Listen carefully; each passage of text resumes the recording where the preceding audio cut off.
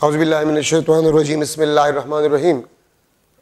Dear students, lecture number 7 से शुरू करने से पहले आज टेस्ट बार बार हम आपको बताते कि 20 सितंबर को है, ठीक है। तो 20 सितंबर को डेट जो है वो कंफर्म हो गई, एडवर्टाइजमेंट हो गया, ठीक है। हमने आपको कहा था, जिस तरह वादा हमने किया था कि 10 सितंबर तक हम इंशाल्लाह कोर्स को वाइंड अप करेंगे।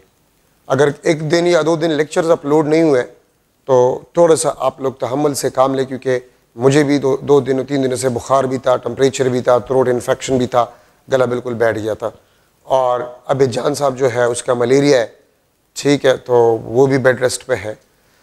बाकी मैं यहाँ पर IT ग्रुप वालों को कह रहा हूँ कि कोशिश करें कि सब टीचर्स के लेक्चर्स ओपन करवा लें।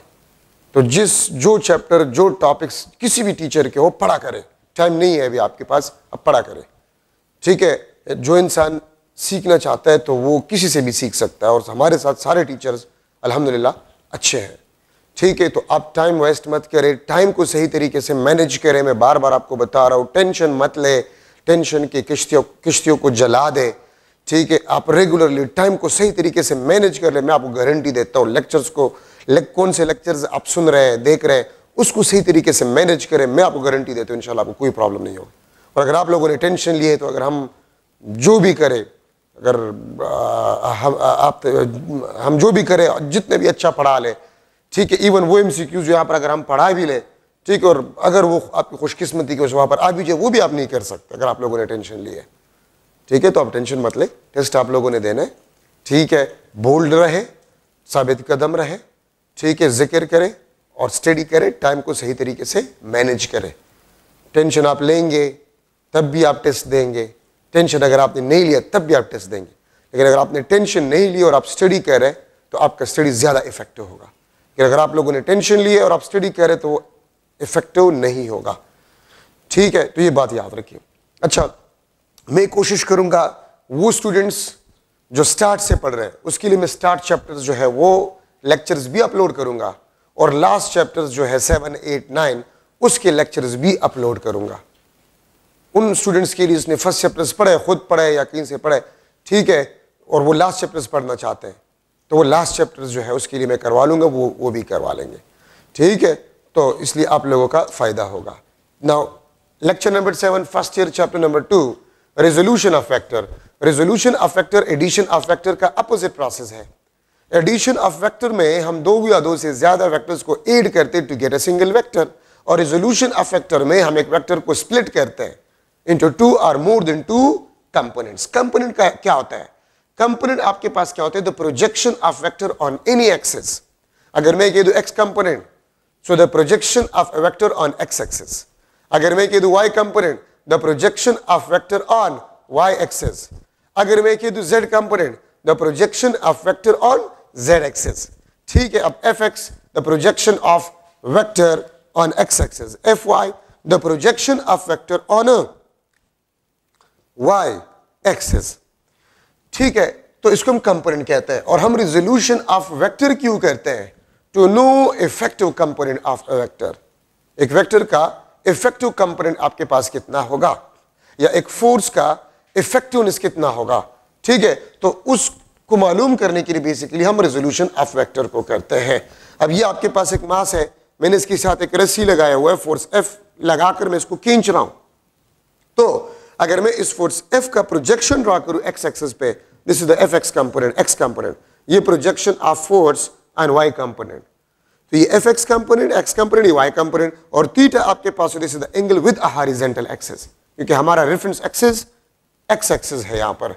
तो fx is equal to f cos theta, fx base है, ये हाइपोटेन्यूज है, तो fx is equal to f cos theta, fy is equal to f sin theta, ठीक है। और अगर मैं एक वेक्टर को कंपोनेंट्स फॉर्म में लिख लो, अगर मैं एक वेक्टर को कंपोनेंट्स फॉर्म में लिख लो, तो f vector is equal to fx plus fy, ठीक है। या मैं इसको fxi unit vector plus fyj unit vector लिख सकता हूं। देखिए मैंने इसके ऊपर वेक्टर का निशान लगाया हुआ है, लेकिन जब आपने यूनिट वेक्टर्स लगा लिए तो फिर fx और fy के ऊपर आपने वेक्टर का निशान नहीं लगाना होगा। क्यों? क्योंकि ये कंपोनेंट के मैग्नीट्यूड को रिप्रेजेंट करेगा, ये कंपोनेंट के मैग्नीट्यूड को रिप्रेजेंट करेगा, और मैग्नीट्यूड स्केलर होता है, उसके ऊपर हम वेक्टर का निशान नहीं लगाते। यूनिट वेक्टर यहां पर हमने लिख लिए हैं, इसमें यूनिट वेक्टर नहीं है तो देखिए इसके ऊपर हमने वेक्टर का निशान लगाया हुआ है। लेकिन अगर आपने यूनिट वेक्टर्स लिख ली तो फिर इसके ऊपर आपने वेक्टर का निशान नहीं लगाना होगा। ठीक है, अब अगर मैं लिख लूं वेक्टर इन कंपोनेंट्स फॉर्म, तो F x F cos theta I unit vector plus F sine theta J unit vector. ये एक्स कंपोनेंट, ये आप देख सकते हैं, ये आपके पास एक्स कंपोनेंट, ठीक है, और ये आपके पास जो है वाई कंपोनेंट का मैग्नीट्यूड। अगर एंगल हो और मैग्नीट्यूड ऑफ द फोर्स हो, इसमें पुट करें आपके पास वेक्टर इन कंपोनेंट्स फॉर्म आ जाएगा। नीचे मैंने लिखा है the unit vector in components form. Unit vector वो वेक्टर होता है जिसका मैग्नीट्यूड आपके पास 1 हो। ठीक है, सो ये यूनिट वेक्टर है, इसको हम लिख सकते हैं cos theta i plus sin theta जे। देखिए इसके ऊपर मैंने वेक्टर का यूनिट वेक्टर का निशान लगाया हुआ है। और अगर आप इसका मैग्नीट्यूड मालूम करें तो cos square theta plus sin square theta under the root is equal to 1। तो इसका मैग्नीट्यूड आपके पास जो है वो 1 आएगा। ठीक है, तो the magnitude of a unit vector is always 1। तो cos square theta plus sin square theta under the root, ये आपके पास unit vector in components form. अगर थीटा 30 डिग्री है तो cos 30 I plus sin 30 J. अगर एंगल 45 डिग्री है cos 45 I plus sin 45 J. अगर एंगल 60 डिग्री है cos 60 I plus sin 60 J unit vector आपके पास यूनिट वेक्टर होगा। ठीक है, so this is basically the unit vector in a components form. ठीक है, अच्छा, अब अगर मैं, ये तो थीटा एंगल था विद द हॉरिजॉन्टल एक्सिस, अगर मैं एंगल को विद वर्टिकल एक्सिस लूं, ये आपके पास with vertical axis let suppose angle बना, ठीक है, अल्फा, तो मैं प्रोजेक्शन ड्रॉ करूंगा। ठीक है, ये आपके पास एफ एक्स, ये आपके पास एफ वाई। ठीक है, मैं इसके साथ लिख लेता हूं alpha is the angle with Y axis और वर्टिकल एक्सिस। तो अगर एंगल आपके पास जो है वो विद वाई एक्सिस हो, alpha is the angle with Y axis और वर्टिकल एक्सिस, तो फिर आपके पास एफ एक्स, आप ये देखिए ये अल्फा वर्टिकल एक्सिस के साथ है। इस ट्राइंगल में एफ एक्स परपेंडिकुलर है, एंगल के सामने जो कंपोनेंट होते हैं वो परपेंडिकुलर होता है, जो साइड होते हैं वो परपेंडिकुलर होता है, और एंगल के साथ जो टच होता है वो बेस होता है। एंगल के साथ जो टच होता है वो बेस होता है, और एंगल के जो बिल्कुल अपोजिट होता है ये परपेंडिकुलर होता है। तो अगर आप अल्फा वाले ट्राइंगल में देख ले तो एफ एक्स परपेंडिकुलर है और एफ वाई बेस है। ठीक है, और अगर आप इस ट्राइंगल में देखें, तो एफ एक्स आपके पास बेस है और एफ वाई आपके पास परपेंडिकुलर है। ठीक है, तो देखिए इसमें एफ एक्स बेस, उसमें एफ एक्स परपेंडिकुलर, इस ट्राइंगल में इसमें एफ वाई बेस, इसमें एफ वाई परपेंडिकुलर।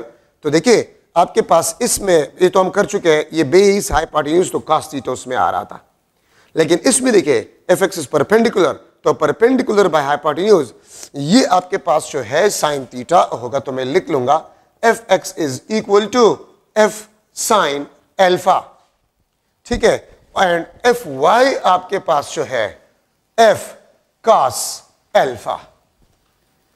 ठीक है, एफ एक्स आपके पास जो है F sine alpha and F Y आपके पास जो है एफ cos अल्फा। ठीक है, अच्छा, अब वहां पर एक्स कंपोनेंट में theta when the angle is with horizontal axis, तो एफ एक्स में cos थीटा था और एफ वाई में sin थीटा था। ठीक है, और अल्फा एंगल वर्टिकल एक्सिस के साथ है, तो आप देख सकते एफ एक्स में एफ साइन है, मीन साइन ट्रिग्नोमेट्रिक रेशियो है, इसमें cos है। ठीक है, तो मैं फोर्स को इस तरह लिख सकता हूं एफ एक्स आई प्लस एफ वाई जे, ये आपके पास F sine alpha I plus F cos alpha J unit vector. This is the vector in components form. ये आपके पास वेक्टर कंपोनेंट्स फॉर्म में आपके पास आ गया है। ठीक है, अब अगर मैं इसका यूनिट वेक्टर लिख लो, तो यूनिट वेक्टर इसका होगा sign alpha I unit vector plus cos alpha J unit vector. देखिए यहां पर i के साथ cos था, j के साथ sin था, यहां पर i के साथ sin है, j के साथ cos है। क्यों? क्योंकि यहां पर alpha angle with a vertical axis है। तो देखिए जहां पर भी sin थीटा या cos थीटा इन्वॉल्व हो, तो आप लोगों का सबसे पहला काम यह होगा कि एंगल को देखिए, कि वो विद हॉरिजॉन्टल एक्सिस है कि विद वर्टिकल एक्सिस है। अगर मैं आपसे पूछूं कि theta is the angle with, अगर मैं लिख लूं एक MCQ, A is equal to 10 unit, A आपके पास 10 यूनिट है और थीटा आपके पास 30 डिग्री है, थीटा आपके पास क्या है 30 डिग्री है, देन एफ एक्स आपके पास क्या होगा, एफ वाई आपके पास क्या होगा। ठीक है, मैं आपसे ये पूछ सकता हूं फोर्स इन कंपोनेंट्स फॉर्म, ये वेक्टर, सॉरी ये ए एक्स है, एफ नहीं, ए एक्स क्या होगा, ए वाई आपके पास क्या होगा। ठीक है, और मैं लिख सकता हूं वेक्टर इन कंपोनेंट्स फॉर्म आपके पास क्या होगा, वेक्टर इन कंपोनेंट्स फॉर्म आपके पास जो है वो क्या होगा। ठीक है, मैंने अगर एंगल के साथ नहीं लिखा कि एंगल किस एक्सिस के साथ है तो फिर आप एक्स एक्सिस लेंगे, लेकिन अगर मैंने इसके साथ लिख लिया कि theta is equal to 30 with Y axis या विद वर्टिकल एक्सिस, तो फिर देखिए एफ एक्स आपके पास फिर एफ एक्स लिख रहा हूं, ए एक्स आपके पास जो है this is a sine theta और ए वाई आपके पास जो होगा वो ए कॉस थीटा होगा। ठीक है, और इसमें अगर आप पुट करें तो 10 यूनिट इंटू साइन 30, ये आपके पास 10 यूनिट इंटू कॉस 30 डिग्री आपके पास होगा। ठीक है, और अगर मैं वेक्टर इन कंपोनेंट्स फॉर्म लूं तो वो आपके पास बन जाएगा ए sign theta i plus A cos theta जे। ठीक है, अच्छा अगर मैं यूनिट वेक्टर लिख लूं तो वो आपके पास sine theta i plus cos theta j, इसके साथ यूनिट नहीं होगा। एक बात याद रखिए, unit vector has no unit, unit vector का यूनिट नहीं होता, तो यूनिट वेक्टर में अगर यूनिट है तो वो यूनिट वेक्टर नहीं होगा। Sine theta plus cos theta J, मैंने इसके साथ यूनिट नहीं लिखा। अच्छा, इसमें ए 10 यूनिट है और थीटा 30 डिग्री है, पुट करें आपके पास वेक्टर इन कंपोनेंट्स फॉर्म आ जाएगा। ठीक है, तो ये आपके पास जो है जरूरी बात है। अब देखिए, आप लोगों ने पढ़ा और हम पढ़ेंगे भी कि डॉट प्रोडक्ट में कॉस थीटा होता है और क्रॉस प्रोडक्ट में साइन थीटा होता है। कब? अगर आपको ये बताया गया हो कि angle is with horizontal axis, नहीं बताया तो फिर भी आप हॉरिजॉन्टल एक्सिस को लेते हैं। लेकिन अगर मैं कह दूं कि theta is the angle between two vectors with respect to Y axis, then what will be the dot product of two vectors, तो फिर आपके पास A dot B, A B sine theta आपके पास होगा और A cross B, A B cos theta होगा अगर एंगल वर्टिकल एक्सिस के साथ हो। तो जहां पर भी साइन थीटा और कॉस थीटा इन्वॉल्व हो तो वहां पर आप लोगों ने ये देखना होगा कि एंगल हॉरिजॉन्टल एक्सिस के साथ गिवन है कि वर्टिकल एक्सिस के साथ गिवन है। ठीक है, तो इस चीज का आप लोगों ने ख्याल रखना होगा। अगर मैं लिख लो F is equal to 20 newton, ठीक है, F is equal to 20 newton and theta is equal to 45 degree, बल्कि मैं चले 60 डिग्री लिख लूंगा, देन मैं लिख सकता हूं एफ एक्स क्या होगा, एफ वाई क्या होगा। ठीक है, आपके पास vector force in components form, force in components form आपके पास क्या होगा। ठीक है, और मैं आपसे पूछ सकता हूं यूनिट वेक्टर क्या होगा, तो एफ एक्स क्या होगा, F sine theta, sorry cos theta. अगर आपको एंगल के बारे में ना बताया गया कि हॉरिजॉन्टल के वर्टिकल, तो फिर आप एक्स हॉरिजॉन्टल एक्सिस के साथ ही एंगल लेंगे। एफ वाई आपके पास जो है this is F sine theta. ठीक है, फोर्स इन कंपोनेंट फॉर्म ये आपके पास F cos theta i plus F sine theta जे, ये आपके पास फोर्स इन कंपोनेंट्स फॉर्म बना। ठीक है, और यूनिट वेक्टर आपके पास क्या होगा, यूनिट वेक्टर आपके पास होगा cos 60 I plus sign 60 J.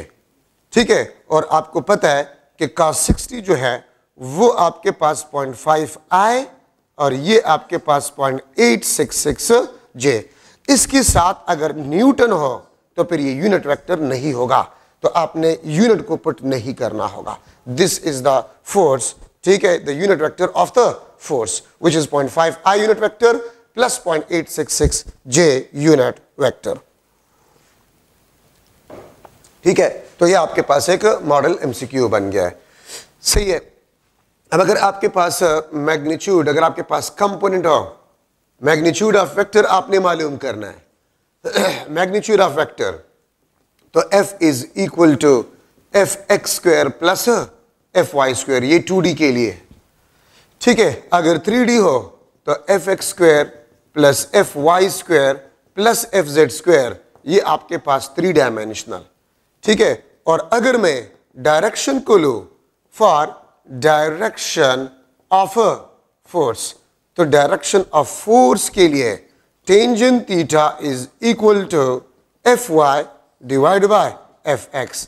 Theta is equal to tan inverse fy divide by fx। ये हॉरिजॉन्टल एक्सिस के साथ एंगल। अगर मैं आपसे पूछूं what is the angle of a vector with vertical axis, तो फिर tan inverse fx divide by fy आपके पास होगा।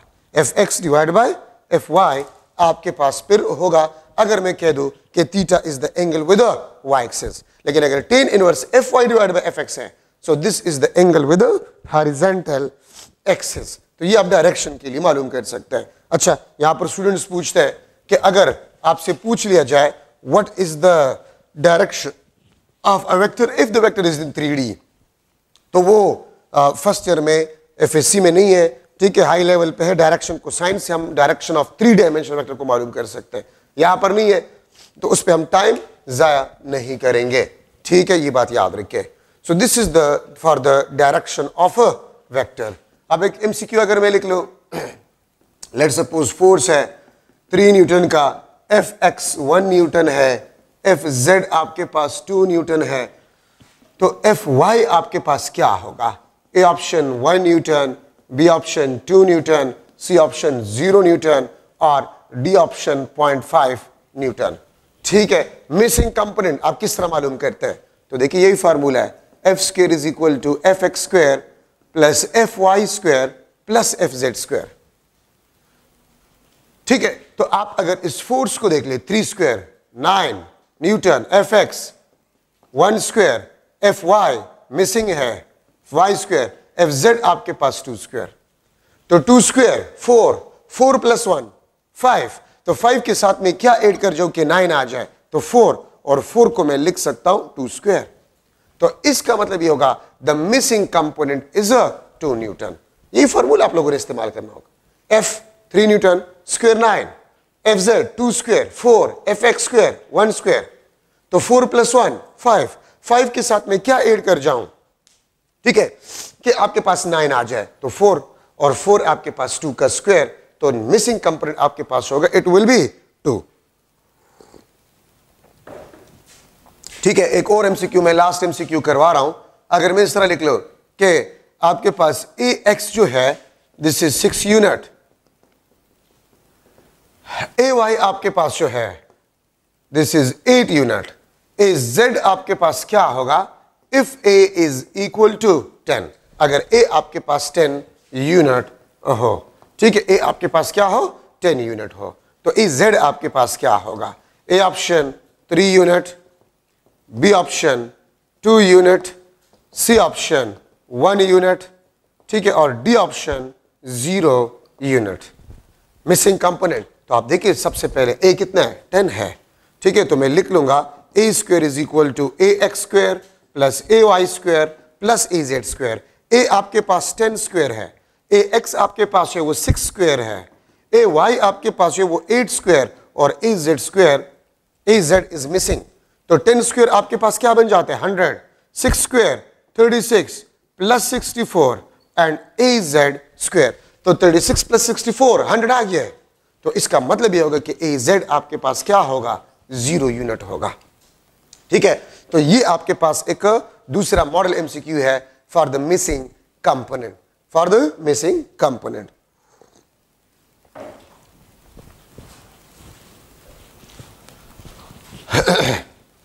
अच्छा, अब यहां पर मैं डायरेक्शन ऑफ वेक्टर के लिए बात कर रहा हूं, phi is equal to tan inverse y component divide by x component. ठीक है, इसको हम कहते हैं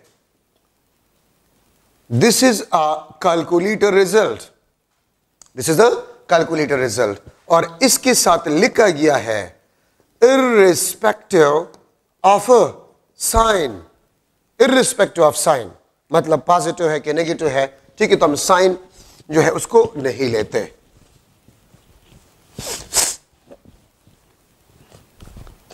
ठीक है। अच्छा, अब कैलकुलेटेड रिजल्ट कभी भी आपको एक्चुअल डायरेक्शन के बारे में नहीं बताता, ठीक है। अगर मैं इस तरह लिख लो, this is a plus Y, this is plus X, ठीक है, ये आपके पास माइनस एक्स, ये आपके पास माइनस वाई। याद रखिए थीटा जो लिया गया है यहां पर पॉजिटिव एक्स 0, ये आपके पास 90, ये आपके पास 180 डिग्री, ये आपके पास 270 डिग्री, ये आपके पास 360 डिग्री, ठीक है। अगर आप एंटी क्लॉकवाइज में जा रहे हैं, so conventionally it is considered that theta is positive, और थीटा इज पॉजिटिव का मतलब ये theta is increasing, theta is increasing 0, 90, 180, 270, 360, it means theta is increasing. और अगर आप क्लॉकवाइज जा रहे हैं, अगर आप क्लॉकवाइज जा रहे हैं, ठीक है, तो थीटा आपके पास क्या होगा? नेगेटिव। क्यों? 360, 270, 180, 90, 0, थीटा इज डिक्रीजिंग। तो कन्वेंशनली एंटी क्लॉकवाइज थीटा को पॉजिटिव लिया जाता है और क्लॉकवाइज को नेगेटिव लिया जाता है। क्यों? Theta is equal to positive because theta is increasing anti clockwise, theta is equal to negative because in clockwise direction theta is decreasing, ठीक है। तो ये बात याद रखिए। तो हम कन्वेंशनली एंटी क्लॉकवाइज ही लेंगे, ठीक है, क्योंकि एंगल इंक्रीजिंग एंटी क्लॉकवाइज लिए गए हैं, ठीक है। अच्छा, अब इसको डिवाइड किया गया है 4 पार्ट्स में। ये फर्स्ट क्वाड्रेंट एंटी क्लॉकवाइज में, ये आपके पास सेकंड क्वाड्रेंट, ये आपके पास थर्ड क्वाड्रेंट, ये आपके पास फोर्थ क्वाड्रेंट, ठीक है। फर्स्ट क्वाड्रेंट में एक बात याद रखें, फर्स्ट क्वाड्रेंट में एक्स कंपोनेंट भी पॉजिटिव होता है, वाई कंपोनेंट भी आपके पास पॉजिटिव होता है। दूसरी बात यह है कि all trigonometric ratios are equal to positive in a first quadrant. अगर एक वेक्टर फर्स्ट क्वाड्रेंट में हो, लेट्स सपोज ये आपके पास ए वेक्टर है, ये फर्स्ट क्वाड्रेंट में है, तो इसका एक्स और वाई कंपोनेंट दोनों पॉजिटिव होंगे। और याद रखिए आपको जो कैलकुलेटर रिजल्ट देता है वही आपके पास एक्चुअल डायरेक्शन होगा, वही आपके पास क्या होगा? Actual direction of a vector होगा। तो मैं अगर आपसे पूछ लूं कि एक वेक्टर फर्स्ट क्वाड्रेंट में है तो उसका रेंज ऑफ एंगल क्या होगा? 0 डिग्री से लेकर 90 डिग्री तक, ठीक है। अगर एक वेक्टर फर्स्ट क्वाड्रेंट में है सो range of angle of A vector will be between 0 and 90। Even 90 और 0 भी एंगल इस वेक्टर का नहीं हो सकता, ठीक है। मैं अगर एक एग्जांपल लो, एक example a is equal to plus i plus j. अगर आप देखें दोनों कंपोनेंट्स पॉजिटिव है, तो अगर दोनों कंपोनेंट्स पॉजिटिव है it means the vector lie in a first quadrant of the coordinate system. ये फर्स्ट क्वाड्रेंट में लाई कर रहा है। अगर आप इसको कैलकुलेटर से मालूम करें y डिवाइड बाय 1 ये 45 डिग्री आ जाएगा, यही आपके पास थीटा 1 होगा। तो मैंने आपको ये कहा कि अगर एक वेक्टर फर्स्ट क्वाड्रेंट में है, आपको जो कैलकुलेटर रिजल्ट देगा वही actual direction of A vector होगा।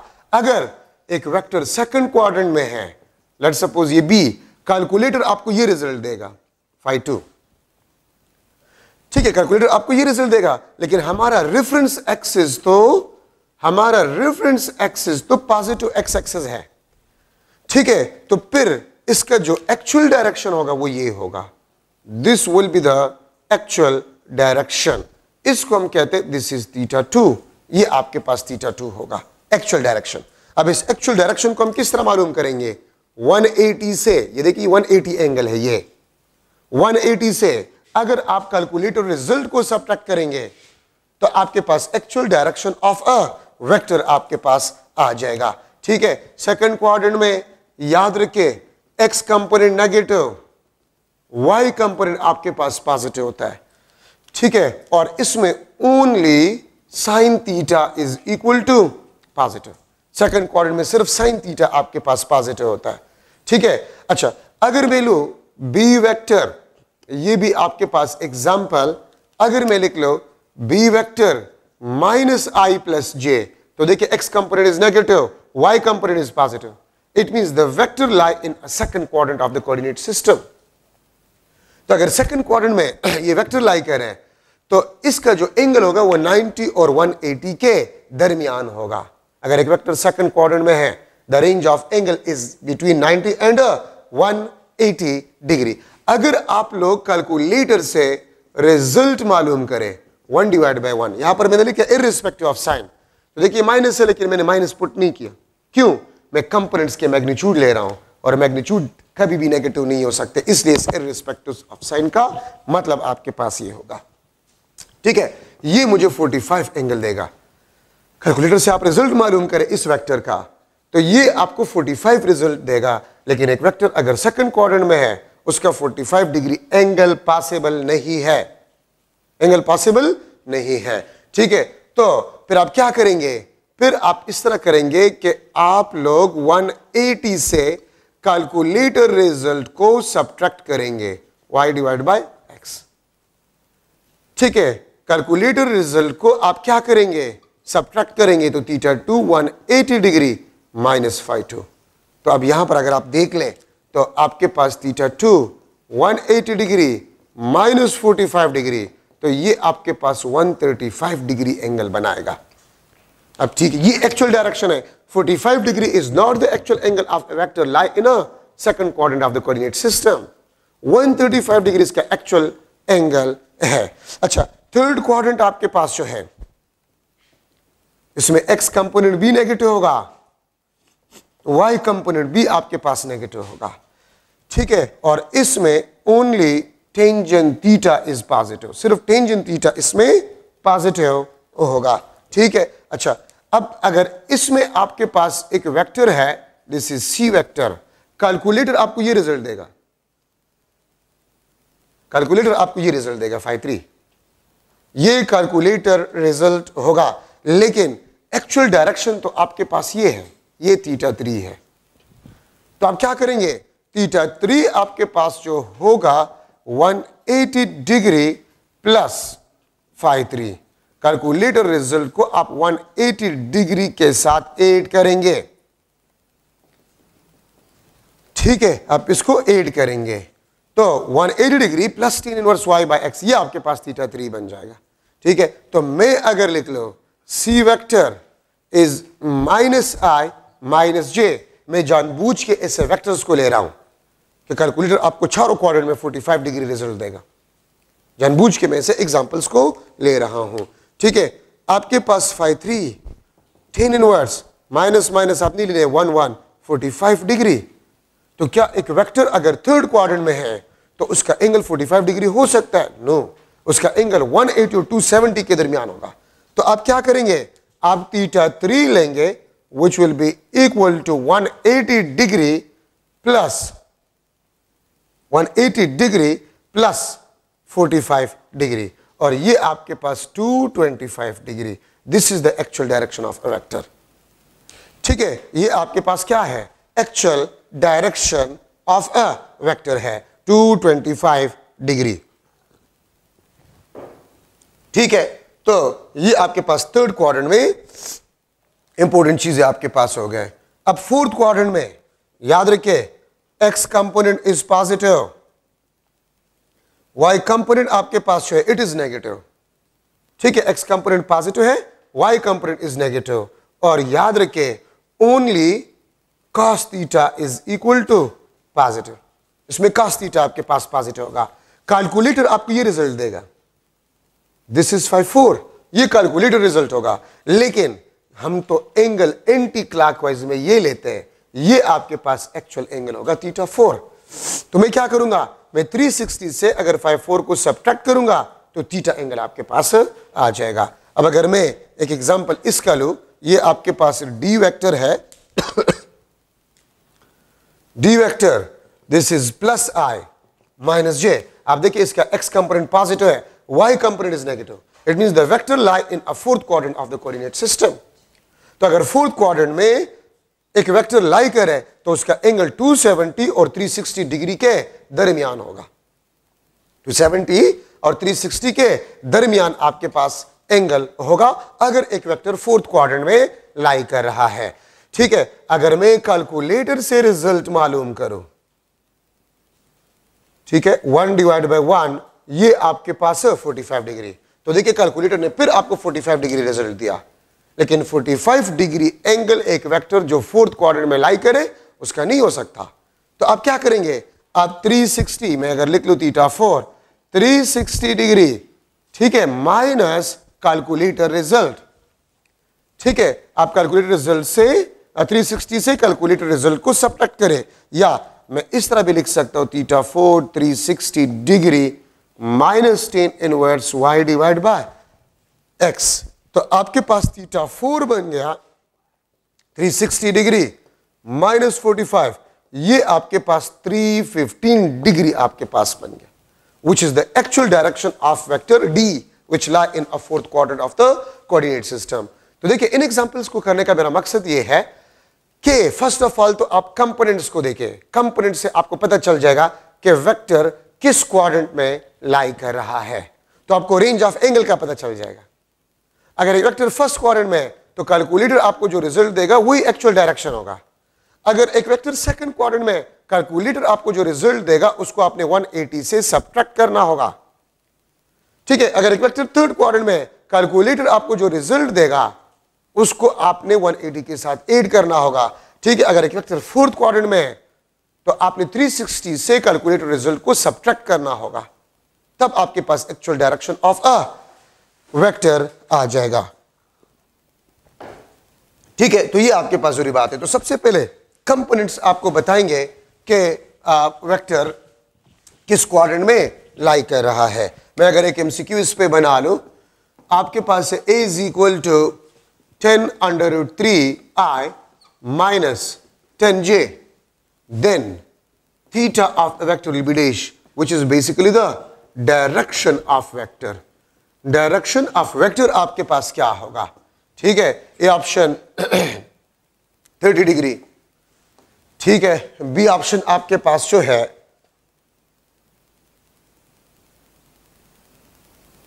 130 डिग्री, सी ऑप्शन आपके पास जो है दैट इज 215 डिग्री, और डी ऑप्शन आपके पास 330 डिग्री।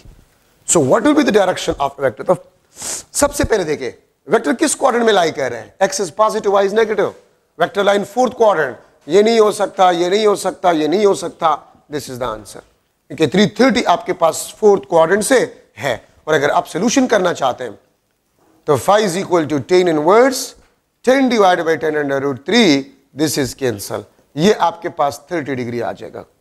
वेक्टर फोर्थ क्वाड्रेंट में है तो 360 माइनस 30, 330 डिग्री आपके पास आंसर है, ठीक है। तो इस तरीके से आप आंसर को मालूम करेंगे। तो सबसे पहले आप लोगों ने देखना होगा कि वेक्टर किस क्वाड्रेंट में लाई कर रहे हैं, ठीक है। सबसे पहले आपने ये देखना होगा कि वेक्टर किस क्वाड्रेंट में लाई कर रहा है, उसके बाद फिर आप इसको सॉल्व करें। तो किस क्वाड्रेंट में लाई करें, अगर आप लोगों को हर एक ऑप्शन एक एक क्वाड्रेंट से है तो फिर तो सॉल्यूशन की जरूरत ही नहीं है, ठीक है। अगर वेक्टर सेकंड क्वाड्रेंट में है तो सेकंड क्वाड्रेंट वाला आंसर होगा, अगर एक एक क्वाड्रेंट से आंसर गिवन है, ठीक है। और अगर जिस क्वाड्रेंट में वेक्टर लाई कर रहे हैं तो एक से ज्यादा ऑप्शन उसी क्वाड्रेंट से है, तो फिर मजबूरन आपको फिर सॉल्यूशन करना होगा। अगर मैं लिख लो एक एमसीक्यू, फोर्स आपके पास जो है, फोर्स दिस इज मैं लिख लेता हूं 20 newton i minus 20 newton i minus 20 under the root of 3 newton j unit vector, ठीक है। What will be the angle of a vector, angle of vector क्या होगा, ठीक है। तो मैं लिख लूंगा सबसे पहले देखिए किस क्वाड्रेंट में है।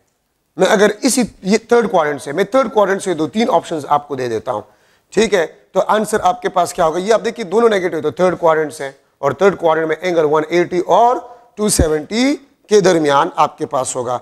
मैं अगर लिख लो 120 degree, B option 60 degree, C option आपके पास जो है 240 डिग्री, और डी ऑप्शन आपके पास जो है 220 डिग्री। अब देखिए ये सेकंड क्वाड्रेंट से, ये आंसर नहीं है, ये फर्स्ट से, ये नहीं है, ठीक है। अब ये दोनों थर्ड क्वाड्रेंट से है, तो अब इसको हमने सॉल्व करना होगा। और सॉल्यूशन का तरीका क्या है, 5 is equal to 10 inverse 20 under root 3 divide by 20, this is cancel 60 degree, और थर्ड क्वाड्रेंट में हम 180 के साथ 60 को ऐड करते हैं तो 240 डिग्री आपके पास आंसर होगा।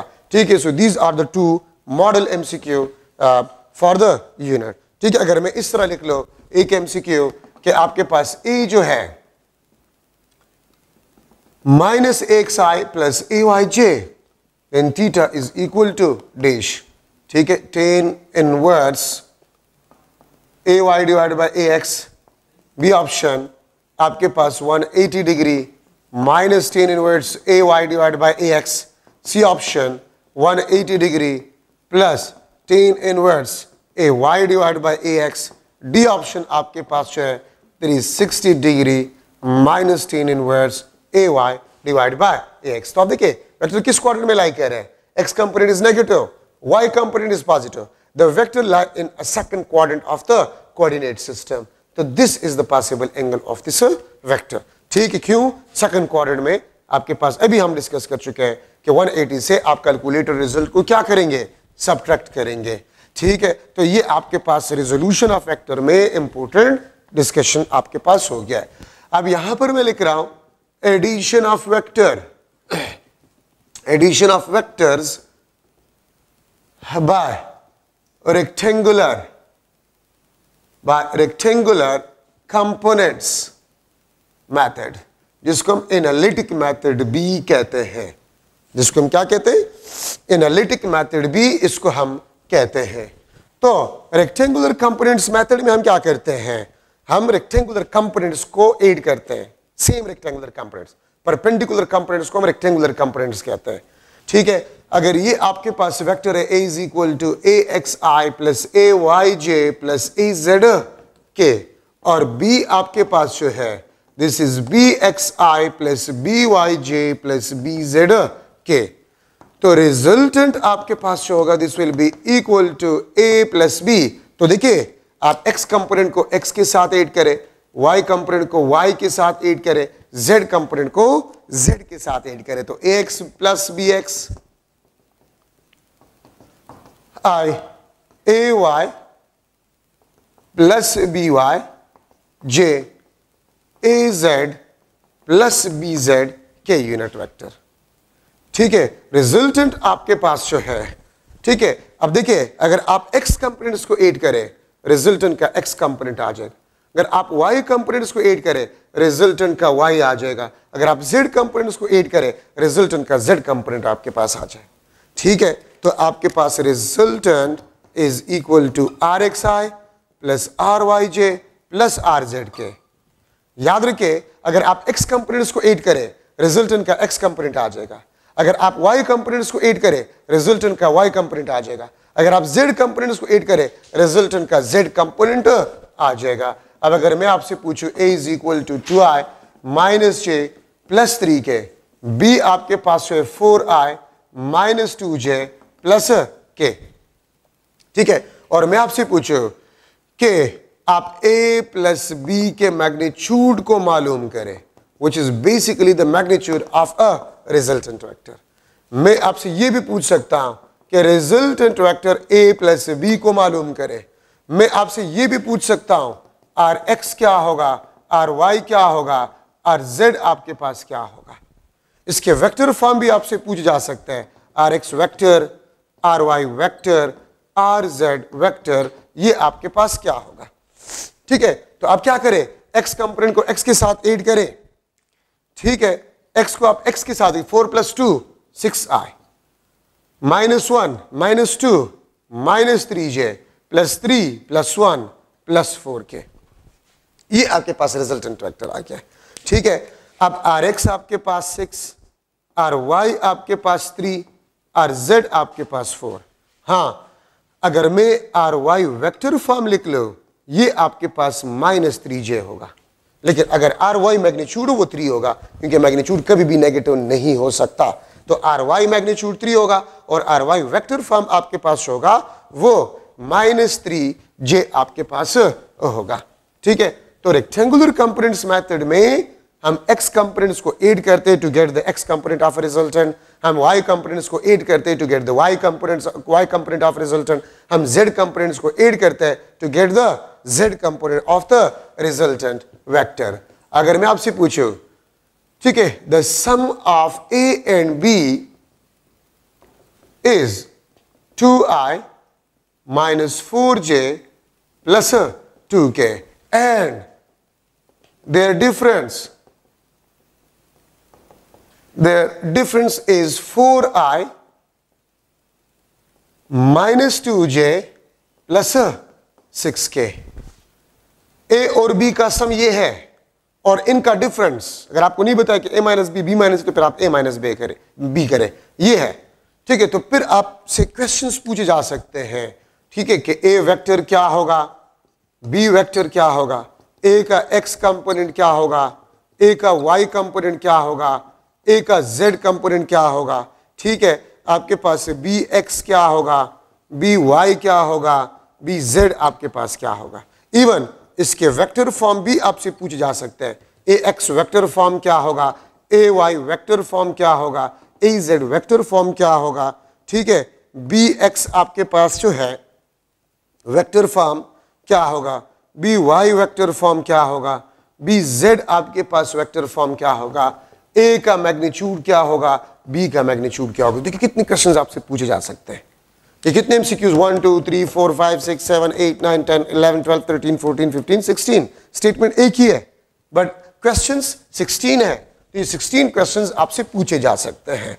तो आप क्या करेंगे, देखिए आप स्टेटमेंट को देखें कि a प्लस बी आपके पास जो है a plus B 2i minus 4j plus 2k, ठीक है, और a माइनस बी आपके पास जो है that is 4i minus 2j plus 6k। अब देखिए अगर मैं लिख लो फॉर a, अगर मैं a को मालूम करना चाहता हूं तो देखिए a प्लस ये प्लस b के साथ माइनस माइनस है तो जस्ट इसके साथ लिख ले एडिंग। तो अगर हम एड करें b and minus b is cancel, a plus a this is 2a, 4 plus 2 6i minus 4 minus 2 minus 6j plus 6 plus 2 plus 8k। ये 2a है। अगर मैं a को मालूम करना चाहता हूं तो 2 को डिवाइड करें दोनों साइड पे, 3i minus 3j plus 4k, ये आपके पास a वेक्टर आ गया। अब ax अगर मैग्नीट्यूड है 3, ay मैग्नीट्यूड 3, az मैग्नीट्यूड 4, लेकिन अगर ay वेक्टर फॉर्म है तो minus 3j, ax vector form है तो 3i, az वेक्टर फॉर्म है तो 4k। देखिए इसके साथ ही मैं लिख लेता हूं ax अगर आप देखिए 3, ay 3, az 4, ax vector form है तो 3i unit vector, ay minus 3j, az 4k, ठीक है। मैग्नीट्यूड क्या होगा तो 3 square plus 3 square plus 4 square, magnitude का फॉर्मूला इस्तेमाल करें, ठीक है। अच्छा अब अगर मैं लिख लो फॉर बी वेक्टर, तो बी देखिए यहां पर प्लस है यहां पर माइनस है, तो इसको भी प्लस करने के लिए हम क्या करेंगे, सबट्रैक्टिंग। आपको पता है सबट्रैक्टिंग में नीचे वाले जितनी भी आपके पास साइंस होते हैं वो चेंज हो जाते हैं। तो अगर आप सबट्रैक्ट करें प्लस माइनस माइनस प्लस, ये plus minus minus plus plus minus, तो ए और ए अब आपके पास कैंसिल हो जाएगा। अब आपके पास रह गया 2b, because b plus b 2b, 2 minus 4 minus 2i minus 4 plus 2 minus 2j plus 2 minus 6 minus 4k। और अगर आप 2 को डिवाइड करें दोनों साइड पे तो b is equal to minus i minus j minus 2k। ये आपके पास b वेक्टर बन गया है। Minus i unit vector, minus j unit vector, minus 2k unit vector, ठीक है। ये आपके पास bx अगर आप देखें bx vector form minus i, by vector form minus j, ये माइनस 2k। लेकिन अगर मैग्नीट्यूड्स आप देखें तो 1, ये भी 1 और bz आपके पास 2। सब क्वेश्चंस के आंसर्स आपको मिल गए, ठीक है। तो this is one of model MCQ, ठीक है। तरीका सोल्यूशन का आपके पास जो है वो ये है, ठीक है। अच्छा अब मैं आपसे एक और क्वेश्चन पूछ रहा हूं जो कि सोल्यूशन अगर आप करें तो लंबा चौड़ा सोल्यूशन आप 10 मिनट में भी नहीं कर सकते।